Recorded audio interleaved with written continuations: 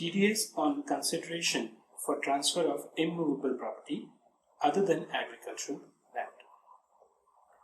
Now what can happen is that one person, let's say A, may purchase certain property from B, property or immovable property if I may call it.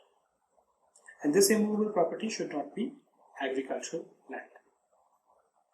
When A purchases a property from B, A is under an obligation to deduct TDS if the value of the specified property exceeds rupees 50 lakh.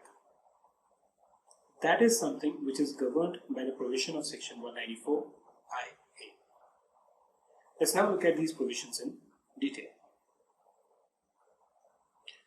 So in this section we are going to cover who all are liable to deduct tax under section 194 IA, and second, who should be the recipient, in which case tax is deductible, which are the payments which are covered under this section. Like I already told you, immovable property other than agricultural land is covered under this section. But specifically, what exactly would constitute immovable property, that is something we are going to understand as a part of this section. What is the minimum threshold for deduction of taxes? When tax is required to be deducted? And what are the exemptions and cases where TDS is not required to be deducted under this section? So any person being a transferee or in other words the acquirer of property responsible for paying other than a person referred to in section 194 LA. 194 LA refers to certain cases where an immovable property is compulsorily acquired under any law for the time being in force. The specifics of this section we are going to discuss a little later. So any such person who is a transferee and who is responsible to pay any sum to a resident, which means what? If the transferor is a non-resident, this section is not applicable. By way of consideration for transfer of immovable property other than agricultural land, shall at the time of credit of such sum to the account of the transferor, or at the time of payment thereof, in cash or by issue of check or draft or by any other mode whichever is earlier, deduct an amount equal to 1%. Now in some of the cases what can happen is that a person who is buying the property may not necessarily maintain books of accounts. So there will be no question of crediting in the books of accounts. So the TDS may be required to be deducted in those cases at the time of payment. In other cases, the tax has to be deducted at the time of credit of such sum to the account of the transferor or at the time of payment, whichever is earlier. So the person involved is a transferee and a transferor.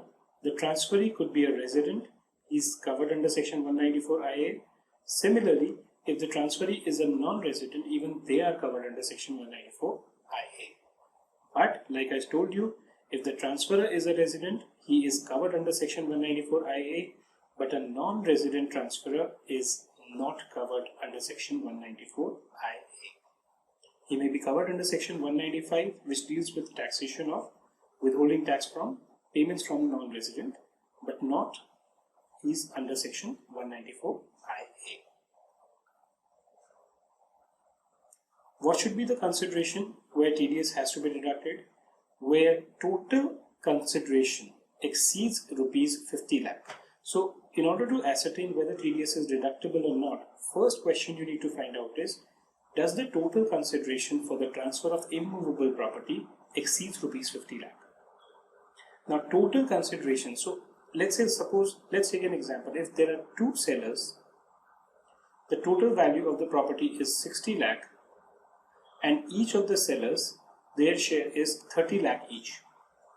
In such a case, will TDS be deductible? Total consideration here refers to the total consideration payable in respect of the property and not the individual who is actually transferring it.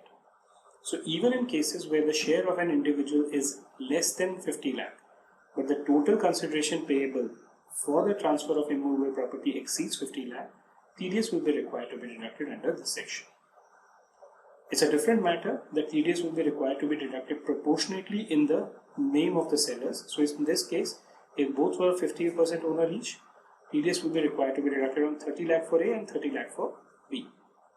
So if the consideration exceeds 50 lakh, then the tax has to be deducted at the rate of 1%.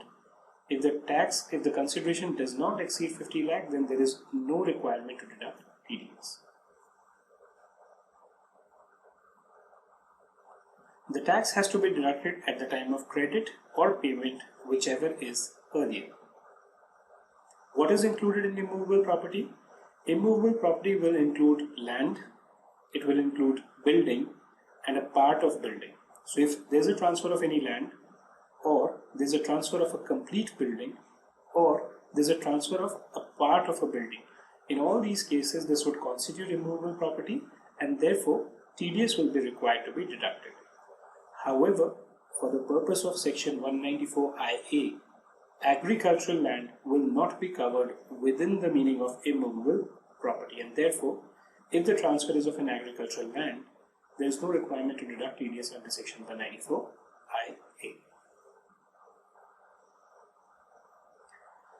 The rate of TDS is 1% on transfer of immovable property. It is 20% if the PAN number is not provided by the recipient, section 206AA is applicable, or as per the lower withholding tax certificate which is obtained under section 197, if any. You can read the meaning of agricultural land from this particular slide. I'm sure you would have read this in quite a few cases, right? So generally speaking, agricultural land means agricultural land in India, which is not a land situated in any area referred to in section 2, subsection 14, clause 3. And what is covered here? Any area, municipality, cantonment board, etc., which has a population of 10,000 or more as per the latest census, or in the following area within the distance which is measured aerially. So a distance, if it is within 2 kilometers from the area referred to in point A, which is the municipality or a cantonment board, and the population according to the latest census for such a municipality is greater than 10,000 but up to 1 lakh, right? Up to 6 kilometers, if the population according to the latest census is 1 lakh but up to 10 lakh, and up to 8 kilometers where the population according to the last census for the municipality or the cantonment board is greater than 10 lakh.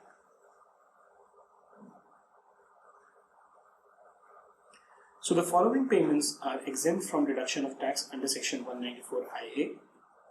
The first one being immovable property, which is transferred as a rural agricultural land. So if there is a transfer of a rural agricultural land, it is not something which is going to get covered as immovable property. Immovable property which is compulsorily acquired under the law. Those properties are not liable for deduction of tax under this section. And third, where the total consideration is less than rupees 50 lakh, TDS is not required to be deducted under section 194IA.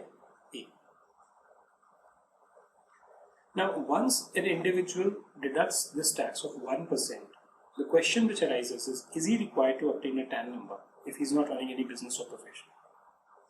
The answer to that is that the purchaser is not required to obtain a TAN number. There is a specified procedure as per notification number 39 of 2013 which has to be followed for the deposit of tax. Now, the property on which the transfer is happening may be in India or it may be outside India. As long as the owner of this property is a person who is a resident in India, it is covered by the provision of section 194IA.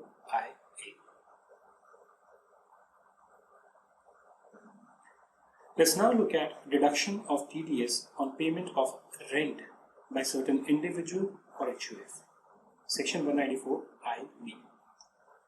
So what used to happen was that many individuals were actually declaring a huge amount of payment as rent to various landlords in respect of property. But they were not, the recipients in many cases were not disclosing the rental income so obtained. To deal with such a case, this section has been inserted which provides that if the payment of rent exceeds certain given limits and an individual or an HUF makes the payment, he is under an obligation to deduct TDS from such payment.